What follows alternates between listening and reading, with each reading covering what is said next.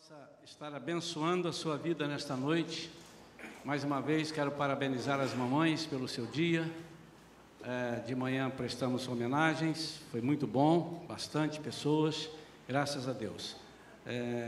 Mas agora chegou a hora de nós falarmos de Deus mais uma vez através da palavra. Antes disso, você viu numa das lâminas do anúncio, no dia 26, o último domingo de maio, nós estamos no mês de maio, o mês da família, o mês do lar, e no último domingo eu estou convocando, não estou convidando, estou convocando. Logicamente que não vou trazer ninguém a laço, né? Mas todos os casais, para que nós participemos dessa palestra sobre o casamento, segredos para um casamento feliz. Você que já casou e tem percalço, todos temos.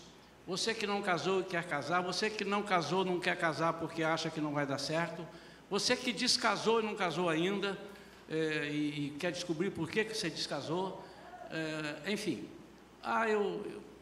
Eu tenho meus filhos, você precisa então aprender para orientar seus filhos. Eu confesso aos irmãos que eu estou vendo esse dia como um dia interessantíssimo na nossa vida, na vida da igreja, dos casais da igreja. Então, por favor, domingo, 9 horas da manhã, não somente os casais podem estar aqui, os solteiros poderão estar aqui, os não casados, descasados, não tem problema, mas os casados precisam estar aqui. Domingo, último domingo de maio, às 9 da manhã, nós estaremos trazendo esse estudo, amém? Abra o seu coração para que Deus fale conosco através dessa mensagem que Ele nos deu hoje, curando feridas do passado. Antes de nós lermos o texto, o título iria ficar muito grande se eu colocasse tudo aquilo que Deus colocou no meu coração e a intenção de ministrar. Feridas do passado com relação a tudo, feridas, medos, angústias, partes que você não tem conseguido se livrar delas negativamente na sua vida, complexo de inferioridade, alguma coisa que possa estar te parando, te bloqueando, e coisas que você pensa que possam estar resolvidas e não estão. Nós vamos ver nesta noite, nessa palavra. Abra sua Bíblia em Gênesis capítulo 41, versículos 50 a 52. Mesmo assentados, Gênesis capítulo 41, versículos 50 a 52. Diz assim: antes de começarem os anos de fome, a Zenate, filha de Potífera, sacerdote de On, deu a José 2 filhos. O primeiro, José deu o nome de Manassés, esclarecendo: Deus me fez esquecer meus dias difíceis e toda a família de meu pai. Isso que significa Manassés. Ele quis dizer isso. Quanto ao segundo filho, ele o chamou de Efraim, justificando: Deus me fez próspero na terra dos meus sofrimentos. Vamos falar com Deus. Feche seus olhos. Pai, em nome de Jesus, vamos falar de um assunto difícil, complicado, um assunto que o inimigo gosta, porque ele tem prazer em paralisar as pessoas, em causar mágoas, tristezas, angústias, depressão, timidez. E eu oro, ó Deus, para que o Espírito Santo nesta noite venha de uma maneira sobrenatural, e ao tempo que eu estiver trazendo a palavra, que tu estiveres falando através de mim aqui, que vidas possam estar sendo curadas ali no auditório. Eu peço, Senhor, em nome de Jesus, que haja um quebrantamento, que haja recomeços, que haja restaurações. Nós oramos porque cremos em quem oramos. em nome de Jesus. Amém. Se você um dia me perguntar, se você pode me perguntar, pode deixar passar hoje, que eu esqueça, e me perguntar, qual um dos personagens bíblicos que você mais admira, que você tem mais prazer em pregar citando esse nome? Eu digo José.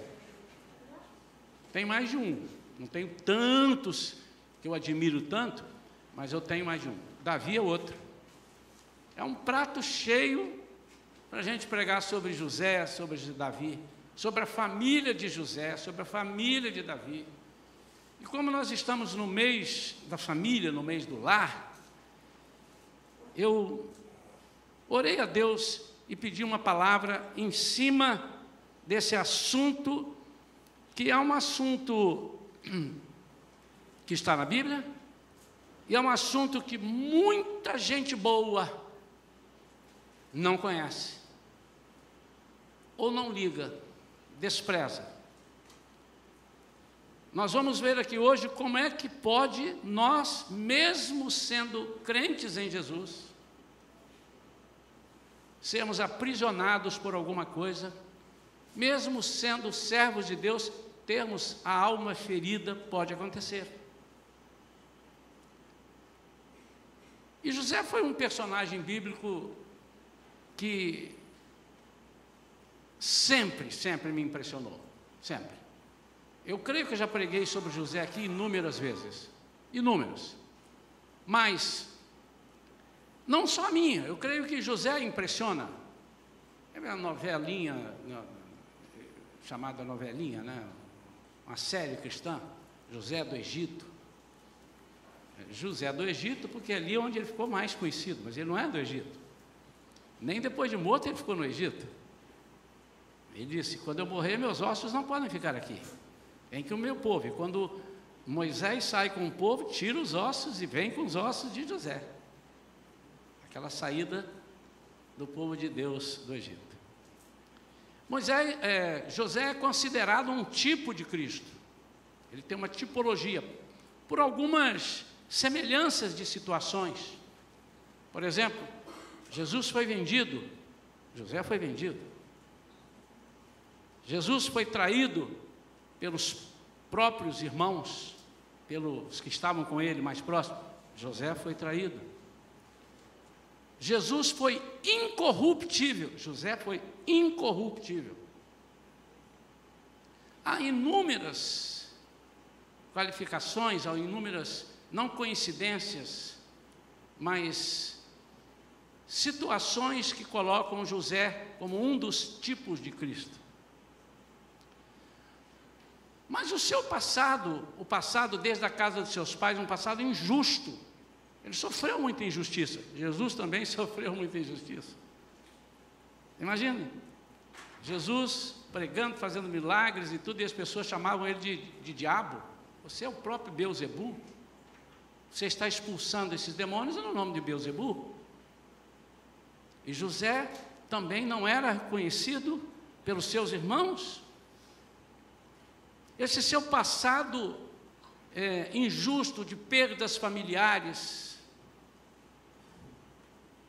trouxe-lhe algumas feridas e dores internas. Interessante, irmãos, que às vezes nós pensamos assim, José, e até agora eu estava falando sobre o José que nós admiramos. Por que está aqui? Por que Deus deixa ver algumas coisas na Bíblia de homens como Davi? Erros na condução da família, por exemplo, como Davi falhou. Por que Deus permite? Para que nós aprendamos com essas situações. Não quer dizer que nós devemos imitar. Se você quiser imitar tudo que está na Bíblia, você tem que morrer na cruz também, porque Jesus morreu na cruz, você vai. Você tem que morrer como Pedro, como Paulo, como Estevão. Não é por isso, mas a Bíblia ela é rica exatamente para nos deixar perceber que até um homem, até hoje talvez muitas pessoas aqui não tenham visto esse lado em José, mas nós vamos identificar aqui que José, apesar de chegar ao ponto que chegou, incorruptível, não aceitando subornos, havia dentro dele algo que precisava ser resolvido e foi resolvido. Quando eu digo que ele é um tipo de Cristo, Cristo não teve essas coisas, mas Jesus é Jesus. Tipo é tipo, semelhanças em algumas coisas. Por isso mostra a figura, a sombra no Antigo Testamento, e no Novo Testamento apresenta um Jesus parecido com aquilo lá e completo pela sua santidade e por ser o próprio Deus. Nós vamos conhecer um José tão semelhante a nós, que ao final nós poderemos dizer assim: puxa vida, eu posso ser um homem de Deus como esse José foi, e apesar das minhas fraquezas, e eu também tenho que tentar resolver algumas coisas na minha vida, e não me contentar apenas por ser um homem de Deus e abençoado por Deus. Nós vamos ver um José que sofreu pressões, injustiças, dores, muitas lágrimas de tristeza. A primeira coisa, nós vemos que José era um José fruto de uma família emocionalmente doente. A família de José é doente. Vamos ver? Seu pai era um pai que rasgadamente tinha predileções por José na frente de todos os irmãos. A Bíblia diz isso. Se você olhar aqui em Gênesis capítulo 39, diz: José fora, portanto, levado ao Egito, onde os ismaelitas o venderam. No capítulo 37. Jacó habitou na terra de Canaã, onde seu pai Isaque tinha vivido como estrangeiro. Esta, portanto, é a história da família de Jacó. Quando José, seu filho, tinha 17 anos, pastoreava os rebanhos de ovelhas e cabras com seus irmãos, cooperava com os filhos de Bila e os filhos de Zilpa, mulher de seu pai. Entretanto, José compartilhava com seu pai sobre a má fama de seus irmãos. Israel, que era Jacó, amava mais a José do que a todos os seus outros filhos, porque ele era o filho de sua velhice, e mandou fazer-lhe uma túnica adornada. Seus irmãos perceberam que seu pai o amava mais do que a todos os outros filhos e odiaram-no. Tornaram-se tão invejosos que não conseguiam mais lhe falar de maneira amigável. José era fruto de uma família emocionalmente doente. Irmãos que gritavam com ele, tratavam ele com casco e tudo, irmãos ciumentos, um pai que talvez não soubesse lidar com aquela situação de gostar, ele é o filho da minha velhice, mas ele tinha tanta predileção e é tão escancarado com relação a isso, que ele causou uma desarmonia dentro de casa. Irmãos ciumentos, caráter deformado, essa é a família de José. Mas nós também vemos um José fadado a ter que se virar logo cedo, longe dos seus. Apesar dele ser um homem querido, um jovem querido, apesar dele ser um filho querido pelo pai, predileto do pai, ele teve que, aos olhos das pessoas, aos nossos olhos talvez hoje, ele teve que se virar cedo e longe dos seus. Ele foi vendido como escravo, mesmo após ser o queridinho do papai. Foi dado como morto, porque se o vendessem, talvez o pai arranjasse um dinheiro e tal, e fosse atrás para buscá-lo, mas ele foi dado como morto. Mentiram para o seu pai, dizendo: ele morreu, está aqui a capa dele manchada com sangue, mataram um animal, sujaram de sangue, e levaram o seu pai. Seu pai chorou 7 dias, e Zé Fini, como diz o outro, largou para lá: porque ele está morto, eu não vou procurar. Isso é como se alguém estivesse matando o sonho de José, sonho que ele sonhara no capítulo 37. Terceiro, nós vamos ver um José que viu esse sonho e grandes oportunidades para a sua vida, mas que de repente vê o mundo desabar na sua cabeça. Quantos de nós, irmãos?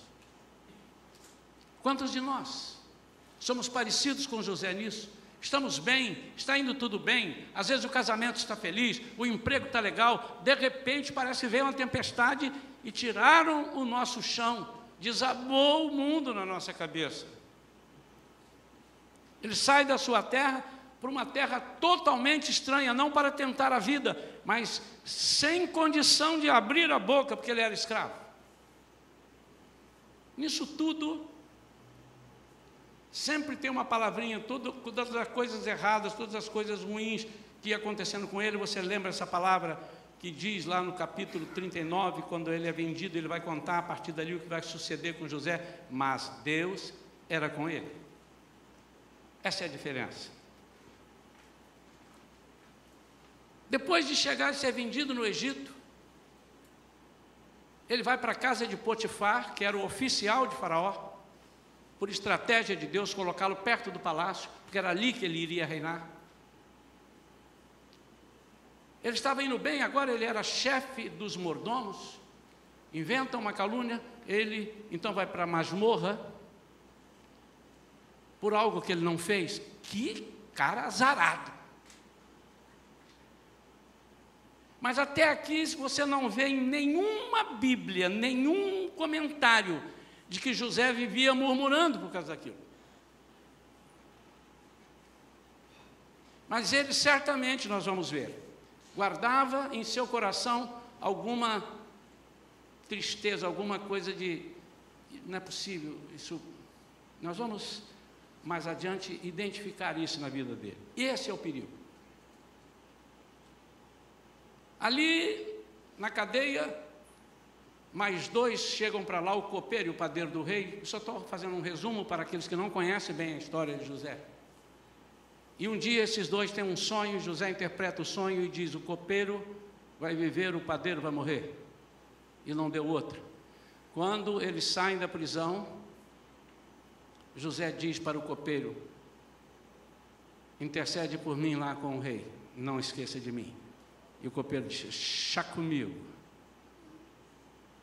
Que cara azarado, o copeiro esqueceu dele. Passaram-se 2 anos, o copeiro esqueceu, por providência divina. E José ficou ali, até que o rei sonha. Quando o rei sonha, o copeiro: caramba, tem um camarada que pode interpretar esse sonho, porque ninguém sabia interpretar o sonho dele. Chama o José vem e interpreta o sonho. E quando ele interpreta o sonho de Faraó, ele fala sobre 7 anos, tudo deduz que o Egito, resume que o Egito vai ter 7 anos de fartura e 7 anos de fome. A fartura virá primeiro, o que fazer com isso, para que você possa passar os 7 anos de fome. E José não só interpretou isso, como disse o que ele tinha que fazer. Quais são as providências que eu orientaria que você fizesse? E ainda no capítulo 41, anteriores a estes versículos, José é feito governador do Egito.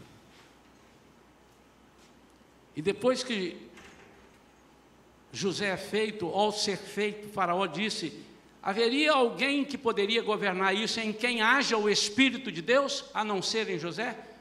Reconheceu que havia nele o Espírito de Deus. Olha quanta coisa boa vai começar a acontecer. No versículo 44, Faraó diz, acrescentou ainda Faraó: eu sou o Faraó, mas sem tua permissão, José, só não está escrito José, mas falando com ele, sem tua permissão, ninguém erguerá a mão ou pé para dar um passo em toda a terra do Egito.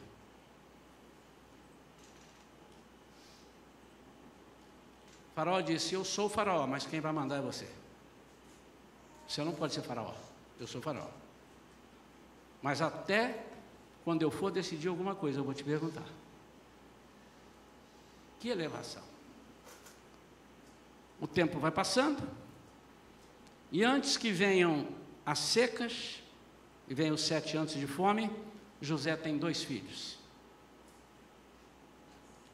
E José tem o primeiro filho, dá a ele o nome de Manassés, e diz: Manassés, porque o povo de Deus, o povo hebreu, eles tinham, a Bíblia tem muito disso, isso que significa aquilo, isso, então eles escolhiam o nome de um filho de acordo com aquilo que eles queriam viver ou que estavam vivendo.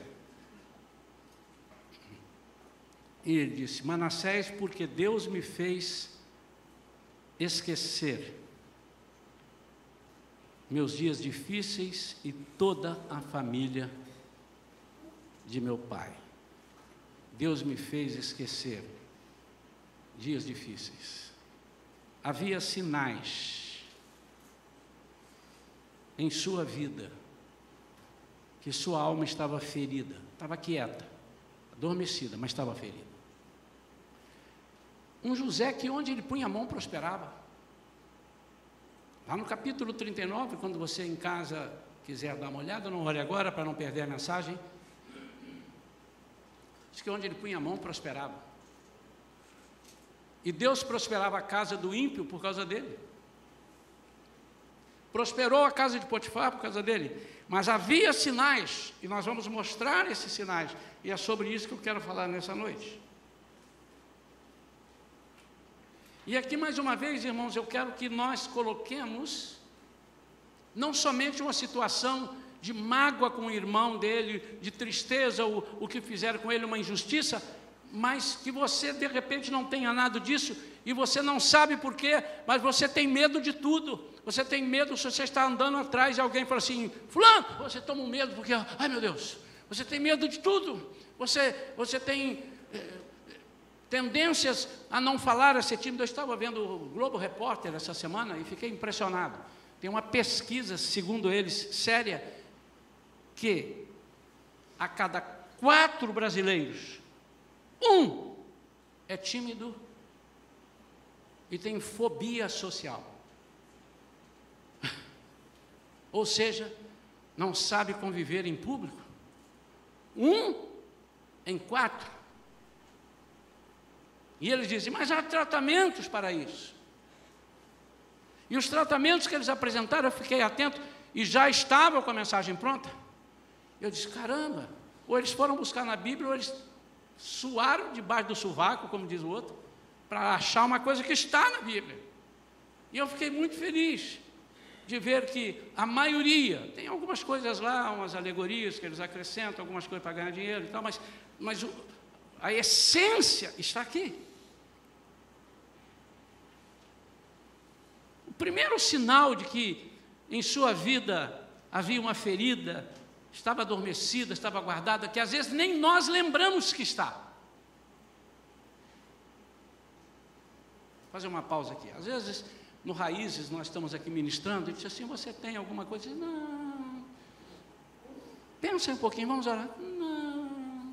E às vezes não lembra mesmo, porque uma das artimanhas do maligno é ele às vezes empanar, esconder aquilo, botar o pé em cima, segurar, para que você não se lembre, porque se você se lembrar, você fatalmente vai querer vencer, e vai ter a ajuda de Deus para vencer. Então, pode ser que José nem se dava conta daquilo a todo instante, mas quando ele tem um filho, ele já está lá. Ele já tem aqui mais de 30 anos, cerca de 30 anos, porque ele assume com 30 anos. Se passaram 13, ele tinha 17 quando teve o sonho, 30 quando o faraó o empossa.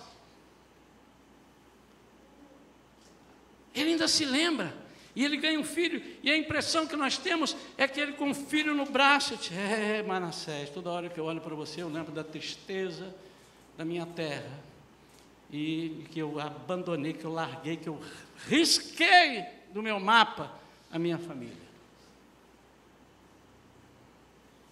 Primeiro sinal, o aborto da família no seu coração.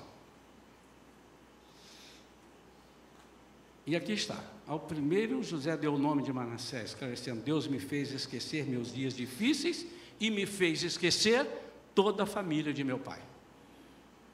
Ele pensa que esqueceu.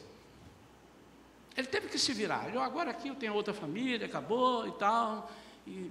Mas quando ele olhava o Manassés, Manassés, porque Deus me fez esquecer todos os sofrimentos e a minha família, tirei do meu coração. Esse é o primeiro sinal de que havia algo na vida dele. Irmãos, há coisas que nós pensamos que porque estamos numa situação diferente, estamos numa situação melhorada, nós pensamos, já superei. Eu superei. Mas quando você está diante do problema, é que você vai poder saber se superou ou não.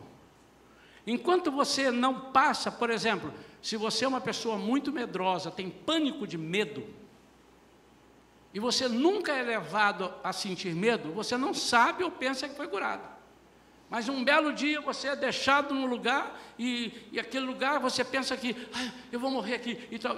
Aí eu não me livrei disso, aí você pensa que foi embora, e não foi embora.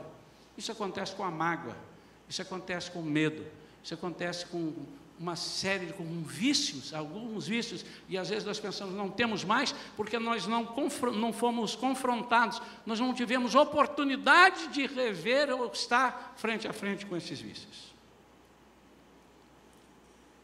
O segundo sinal de que em sua vida a sua alma estava ferida era a dificuldade inicial, paz, meus irmãos, de resolver o problema quando ele teve a oportunidade. Em Gênesis 42, versículo 7, a parte A, diz: logo que viu seus irmãos, José os reconheceu, mas agiu como se fosse estrangeiro para eles. Logo que viu seus irmãos, José os reconheceu, mas agiu como se fosse estrangeiro para eles. E lhes falou duramente e inquiriu. E os inquiriu, de onde vindes? Essa situação é que, quando entra na fase da seca, da fome, 7 anos, esses irmãos, todos conhecem essa história, né? Saem de lá de Canaã e vêm ao Egito, porque é o lugar da fartura, teve 7 anos de fartura. Eles vêm ao Egito para comprar alimentos. Quando vêm ao Egito, José se depara com eles e os reconhece, mas aquele sentimento que estava no coração dele disse: eu preciso ir mais além. Então havia no seu coração, na sua alma, dificuldade de resolver, quando ele tinha a faca e o queijo na mão para resolver, e ele posterga isso um pouco. Terceiro sinal, havia em José uma desconfiança. Ele passou a ser uma pessoa desconfiada, que talvez ele nem soubesse que era desconfiado assim. Versículos 19 e 20 do mesmo capítulo 42 diz assim, ele perguntando sobre tal, aí eles dando a resposta: não, nós estamos vindo de lá, eles falando a verdade para José: nós viemos de Canaã, porque lá está em fome, nós fomos. E José olhando e tal, e então no 19 ele disse: se sois sinceros, que um de vossos irmãos então fique detido aqui na cadeia. Porque José disse: vocês estão aqui me enganando, vocês estão com outras coisas, vocês vieram aqui para roubar, vocês vieram para saquear, e nada disso. Mas José queria ter algo mais, José queria aproveitar a oportunidade, fazê-lo sofrer um pouco. Ele tinha essa ferida guardada que não sabia que tinha, irmãos. Está na Bíblia. Se sois sinceros, que um de vossos irmãos fique detido aqui na cadeia. Quanto aos demais, parti levando o mantimento de que vossas famílias necessitam. No entanto, trazei-me vosso irmão mais novo. Assim vossas palavras serão comprovadas e não morrereis. José falou assim: esses caras mataram o irmão mais novo. Assim como fizeram comigo, deve ter feito, porque veio todo mundo e não veio o novinho. Jogaram ele no buraco também, venderam também, alguma coisa. Se sois sinceros, que um de vossos irmãos fique detido. Eu quero que um refém fique detido aqui. Esse era um passo. Havia um quarto sinal, e aí então nós vamos partir para a solução dos problemas que o próprio José nos ensina. Um bloqueio, ele tinha um bloqueio para restaurar. Essa, irmãos, é a maior dificuldade. Esse é o maior problema que nós enfrentamos em todas as áreas, para todos os sentidos. Se você tem uma dificuldade num casamento, na hora de resolver, há um bloqueio. Se você tem uma dificuldade com medo na hora de resolver, há um bloqueio. Se você tem uma dificuldade de mágoa na hora de resolver, há um bloqueio. Por quê? Porque é inerente ao diabo. Faz parte da vida do diabo. E nós temos que lutar contra isso.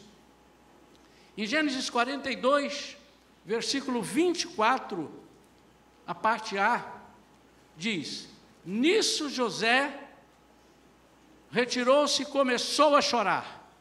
Essa parte é a parte onde eles vêm e conversam com José. José tem mais detalhes e tal. José viu aquilo, ele lembrou daquilo tudo. Nisso José retirou-se e começou a chorar. Assim que se restabeleceu emocionalmente, voltou para eles e lhes falou. Tomou dentre eles a Simeão e mandou acorrentá-lo diante dos olhos de todos. Então ele foi, chorou, mas não era um choro de arrependimento, não era um choro de cura, era um choro de reação. Ele teve essa reação. Então ele sai, depois ele retorna e começa tudo de novo. Eu quero, irmãos, alertar agora para algumas coisas que nós, às vezes, colocamos como instrumento de cura na nossa vida e que não valem nada e não curam nada. São coisas que não curam feridas da alma, não resolvem os nossos problemas. A primeira coisa, o tempo. José estava longe dos seus. Nesse momento aqui, ele está com 39 anos. Ele saiu de lá com 17. José estava há 22 anos longe dos seus. E agora, com essa idade, 39 anos, ele percebe que o seu passado não foi resolvido. Primeira coisa que não resolve as suas feridas e os seus problemas é o tempo. Deixa que o tempo cura. Não, não cura. O tempo vai empanar o problema. O tempo não cura. E esse tem sido um problema, esse tem sido um erro que muitos irmãos em Cristo têm feito, se assemelhando, copiando do ímpio. Porque o ímpio tem essa mania, não, deixa, o tempo é o melhor conselheiro, o tempo vai fazer esquecer. Não faz. Por que não faz? Primeiro, porque não tem capacidade para fazer, e segundo, porque tiraria de Jesus a capacidade que só Ele tem para resolver, só Ele tem para curar. Você já imaginou? O tempo cura, Jesus não cura. Tudo aquilo que tira de Jesus a majestade, a soberania, é contra a palavra de Deus. São coisas criadas pelo homem. Então o tempo não vai resolver. Meu amado, há quanto tempo você tem isso? Ah, pastor, há 40 anos. Eu já deixa para lá que já há 40 anos. Não, meu amado, é hora de resolver.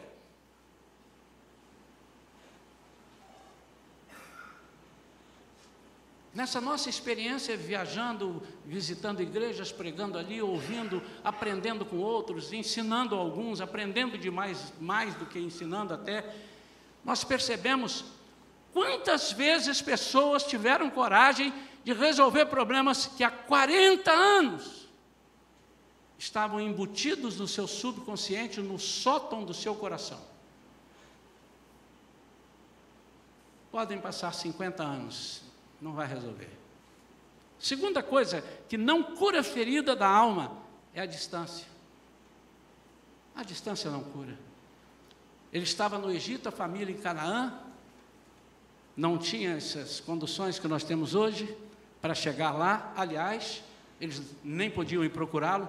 Ele poderia ir a Canaã, mas ele, lembre, ele cortou do seu coração a família. Ele disse: Manassés, porque eu abortei do meu coração a minha família. Ele podia ir lá. Ele agora era o governador do Egito. Eu vou lá, vou ver como é que está, sua família lá é grande, filho para damar, deve estar todo mundo lá. Mas ele não fez isso. Por quê? Porque não era para ele fazer, porque ele tinha nesse coração a oportunidade de resolver como ele vai resolver daqui a pouco. A pior coisa é quando nós nos afastamos de alguém, nos afastamos do problema sem resolver o problema. Quando estivermos de frente com o problema, ele vai mostrar: ou eu aqui, foi o que aconteceu. Talvez José, alguém perguntasse, e aí, José, você tem família? Não tem mais não, já tive, não sei o quê, esquece isso, vamos mudar de assunto. Então, você teve aí, viu a colheita, como é que está e tal. Mas quando ele dá de cara com os irmãos, ele disse, eu não acredito. E aquilo borbulhou dentro dele. Meu amado, deixa eu te dizer, se você tem um vício, se você tem uma mágoa, se você tem uma ferida, qualquer que seja, por qualquer assunto, não apenas tente curar isso com a distância. Eu vou me afastar daquilo, não.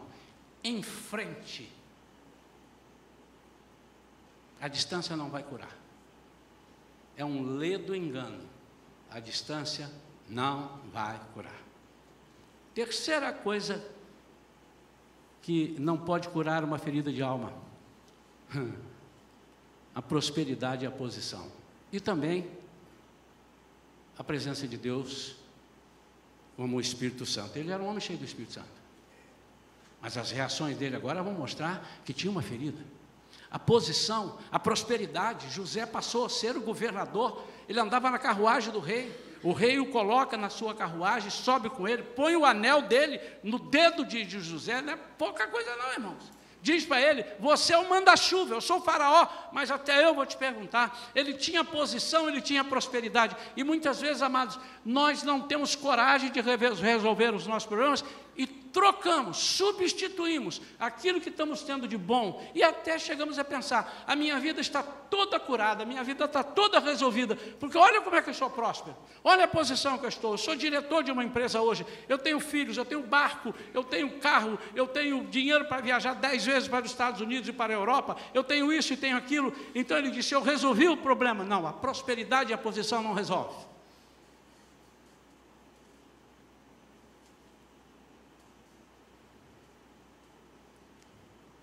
Isso às vezes massageia o nosso ego.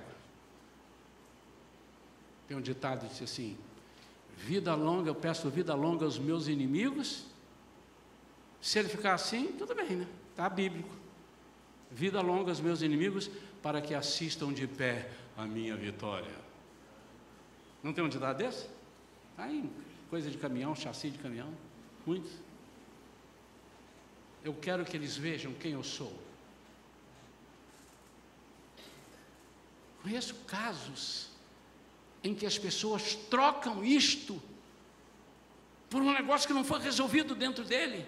Por exemplo, alguém que é patinho feio da sua família. Ninguém, você não faz nada, você não. Fulano é o doutor engenheiro, fulano é o doutor médico. Eu conheço uma família assim. Fulano diz, o que é que você é? Você é auxiliar de escritório, trabalha no banco. Você, como se isso fosse diminuto. Aí essa pessoa amanhã sai e vai para São Paulo, ou vai para Brasília.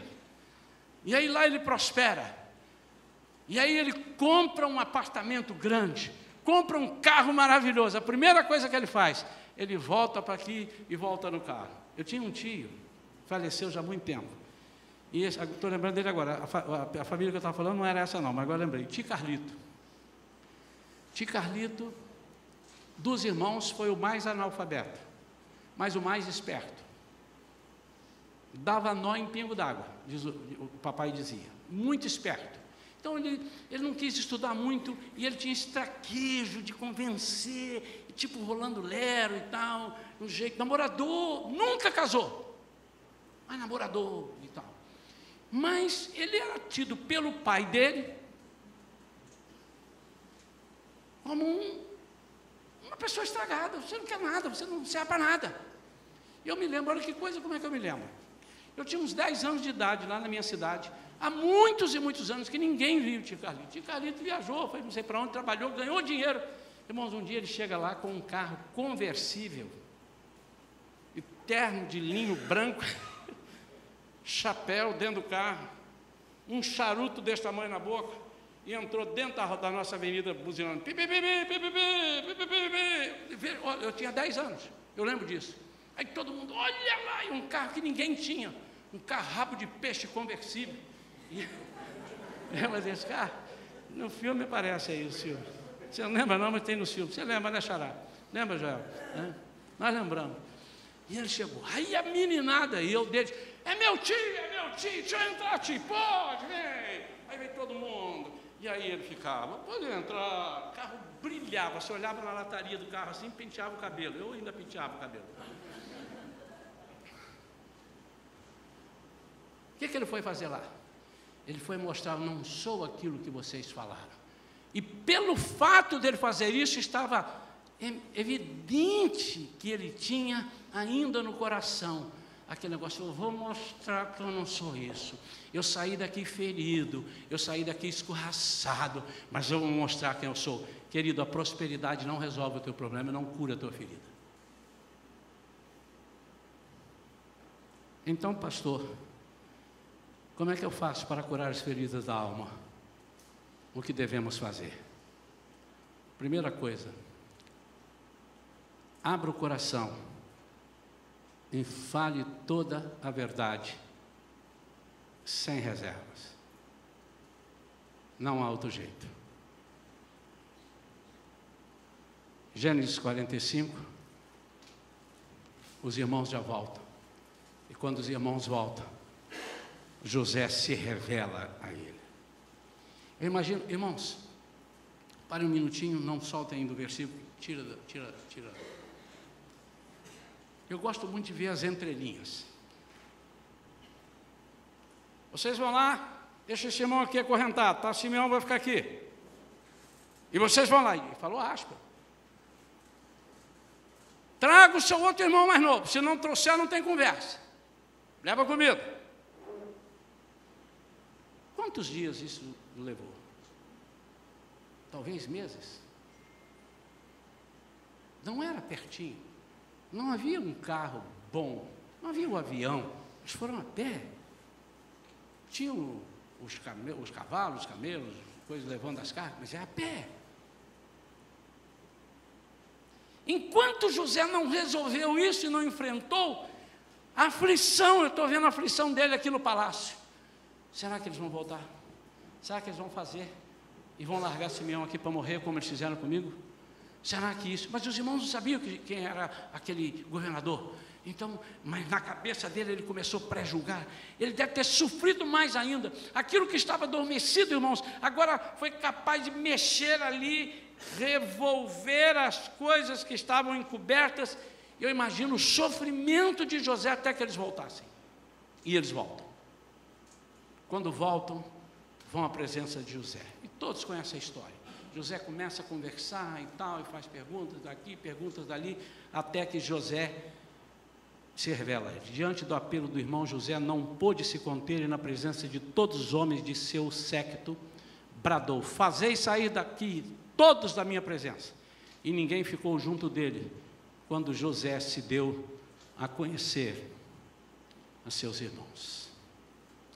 Aqui José faz sair a todos e diga assim, eu vou me desnudar agora.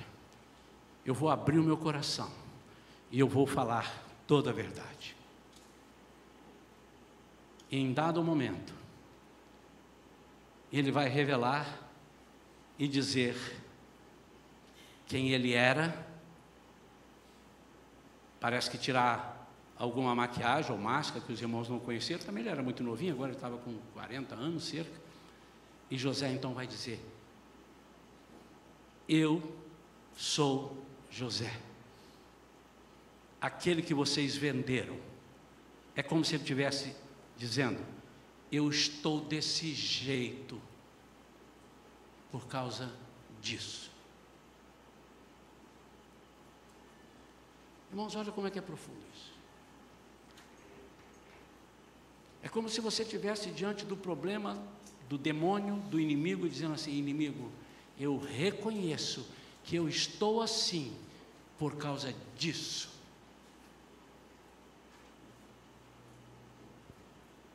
Vocês são meus irmãos e me venderam. Eu sou José. E eu estou nessa situação, porque ele já tinha chorado, ele já tinha feito, eles já viram que ele chorou, mas não entendeu porque que chorou. Eu estou desse jeito por causa disso. Segunda coisa para você curar a sua ferida, tome a iniciativa da cura. Sabe por que muitos não são curados? Que esperem que o outro que venha a você curar. A Bíblia está recheada de exemplos que nos fazem entender que é exatamente o contrário. Por exemplo, se você vai ofertar a alguém, ou vai ofertar, e reconhece ou lembra que alguém tem algo contra você, deixa ali a sua oferta, não deposite, deixe de lado, vai lá, reconcilie com o teu irmão, e aí oferta, porque senão nem a tua oferta será aceita, diz a palavra de Deus. Pastor, não é bem assim, rasga essa página da Bíblia então e joga fora. Porque quem disse isso, ainda que tivesse crédito, não é nenhum dos discípulos, mas foi o próprio Jesus. O que é isso? É reconhecer, ainda que você não tenha culpa. Qual é a culpa que José teve? Nenhuma.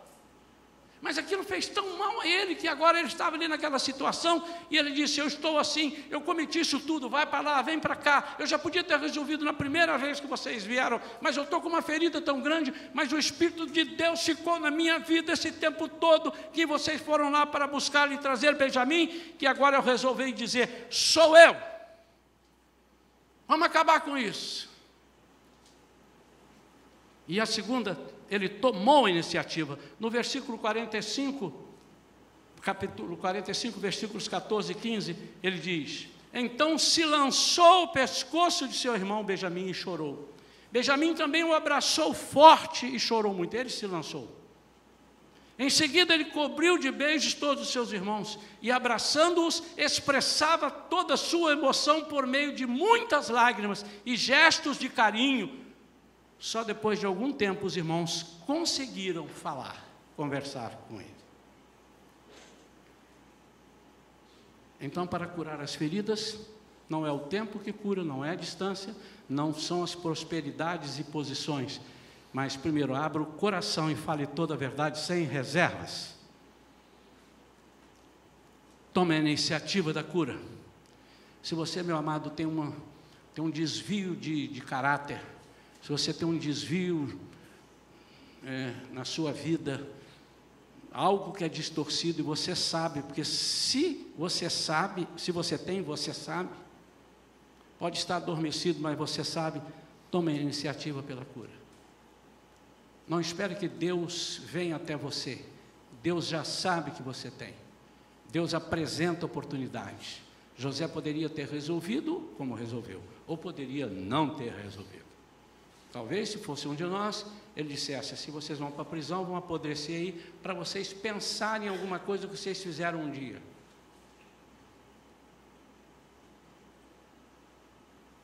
E quais foram as provas de que a cura total aconteceu em José? Aconteceu, pastor? Ou foi só um mero acerto de conta? Não, a cura total aconteceu. A primeira, ele se apressou em tirar deles toda a culpa que poderia ferir os irmãos ou deixar os irmãos numa situação pior. Versículo 5, capítulo 45.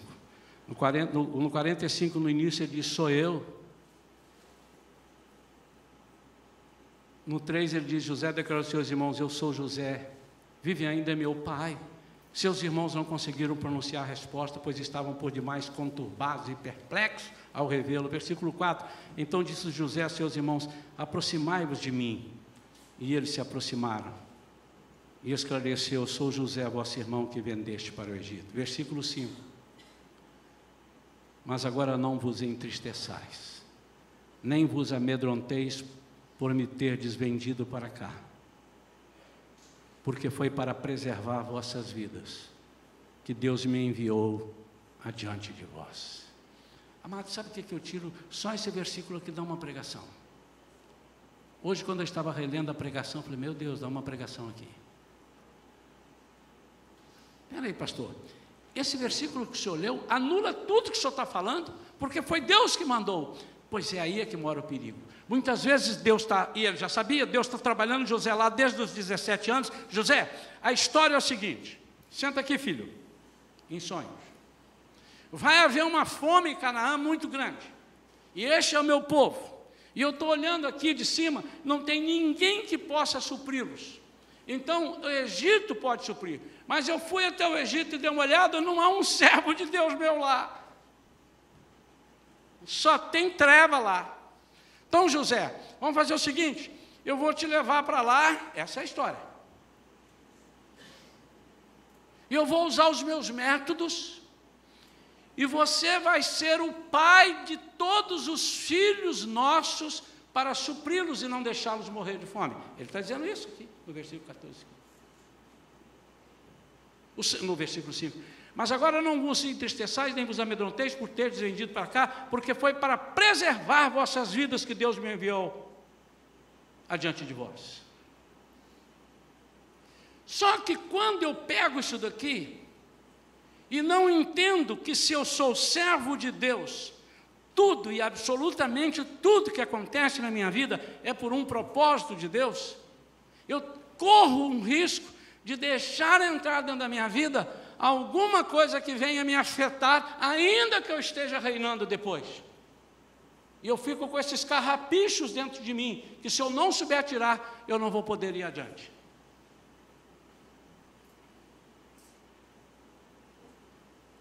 Primeira prova de cura total, se apressou em tirar deles toda a culpa que poderia lhes causar feridas.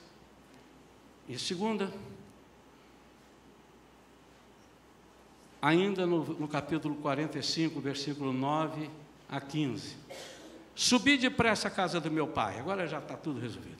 Informai-lhe, assim fala teu filho José, Deus me estabeleceu, Senhor de todo o Egito. Desce sem tardar para junto de mim. Tu habitarás na terra de Gósen, e estarão em minha companhia. Tu, teus filhos, teus netos, tuas ovelhas, teu gado, bem como tudo o que te pertence. Eu te sustentarei ali, porquanto ainda haverá sobre a terra 5 anos de muita fome. Só tinha 2 anos de fome. Do contrário, tu, a tua parentela e todos os teus rebanhos serão exterminados pela miséria. Vedes com os próprios olhos, e meu irmão Benjamim vê, que é a minha boca que vos anuncia. Narrai ao meu pai toda a glória que tenho no Egito, e tudo que vistes, e apressai-vos em fazer meu pai descer para estas terras. Então ele se lançou ao pescoço de seu irmão Benjamim, foi o que eu já li ainda há pouco. Benjamim chorou, em seguida ele cobriu de beijos e tal. Escolhe o melhor lugar, a segunda prova, para que todos possam vir morar. Quando eu estou completamente curado, e pegando uma carona na pregação da Vivian nesta manhã, eu me importo primeiro com as pessoas, eu me importo com as pessoas, com o meu próximo. Ah, mas esses eram seus familiares, malditos que ele tinha tirado, que fizeram mal a ele. Eu tenho que me importar, senão, vocês, olha só, está muito bom, vocês ficam lá no pior lugar. Não, eu quero que vocês fiquem perto de mim, num lugar, porque aqui eu estou comprovando as provas da minha cura total. Há um momento da minha mensagem que eu disse que para curar feridas, nada de tempo, distância, prosperidade, mas abrir o coração, falar toda a verdade sem reserva. Eu quero pedir que nesse momento você ir no seu lugar. Não é possível que durante esse 40 minutos de palavra até agora, o Espírito Santo não tenha te feito lembrar de alguma coisa. Não é possível. A não ser que você diga, eu não tenho nada de nada, na dica de nada. E aí é você e Deus. Poderá estar perdendo a oportunidade. José perdeu essa oportunidade no início, sofreu mais um pouco. É contigo, no entanto. Eu quero que você agora fale com Deus. Eu não estou me referindo, você que talvez tenha esquecido, ou você que de repente possa ter chegado após o início da mensagem, deixa eu dizer, eu não estou me referindo só a problemas, aqui eu estou falando do José com os irmãos e tudo, estou falando de medo, estou falando de vício, estou falando de algum preconceito, algum complexo de inferioridade, alguma coisa que tenha dentro de você que você não consegue. E você vai dizer assim, complexo de inferioridade. Você vai chegar e vai dizer, Eu reconheço que até hoje você tem me parado. Foi por isso que eu não arranjei emprego. Foi por isso que eu não casei. Foi por isso que eu não namorei. Foi por isso que eu não trabalhei direito. Foi por isso, por isso, por isso. Você vai ter que se arrebentar com isso agora. É isso que eu preciso que você tenha coragem de fazer. Você vai chegar agora na presença do Senhor, aí no seu lugar. Falar toda a verdade sem reservas. Ainda que doa. Te lembrar. E aquilo que você não está lembrando, você diz: Espírito Santo, traz à tona, traz à memória. Enquanto você está falando isso, você já começa a dizer: Senhor, eu quero me livrar. Não quero mais fugir. Não quero mais fingir que está resolvido. O tempo é o melhor remédio? Não, não é. O tempo não cura. Eu nunca mais fui lá, nunca mais fui ver aquele problema. Mas e se eu for? Se você tem um vício de bebida, é alcoólatra, ou um vício de fumo, você não tem bebido, não tem fumado porque não tem estado perto do cigarro e da bebida, a distância não cura. Eu quero ver se você vai sentar a uma mesa e vão lhe colocar uma garrafa de cachaça e 2 maços de cigarro, e você vai olhar para aquilo como se fosse algo comum. Aí você está curado. E a sua posição hoje, você está casado, você está bem, está empregado, você não pode colocar isso: não, deixa aquilo para lá, porque eu agora já estou numa nice, estou numa boa. Não está curado. Em nome de Jesus, não está curado. Eu quero que você coloque diante de Deus: eu quero ser curado. Eu quero ser liberto.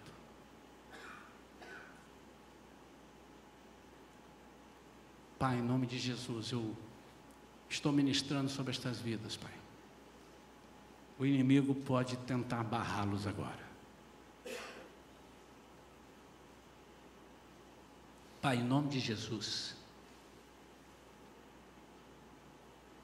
eu quero pedir que o Teu Espírito Santo dê uma coragem, uma força sobrenatural a quem precisa nesta noite.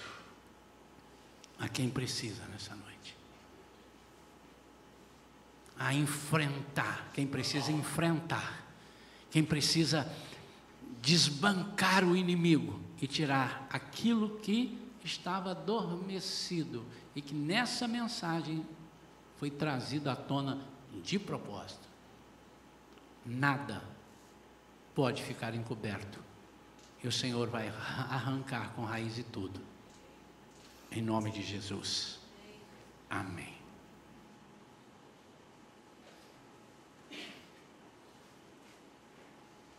Você teria coragem de sair da